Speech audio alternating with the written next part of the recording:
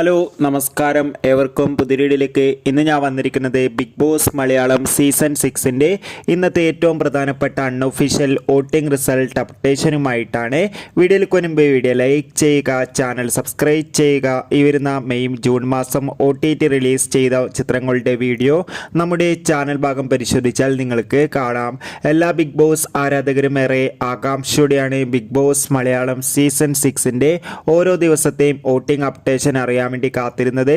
ശക്തരിൽ ശക്തരായ 6 മത്സരാർത്ഥികളുടെ കടുത്ത പോരാട്ടമാണ് ഇപ്പോൾ നടക്കുന്നത്.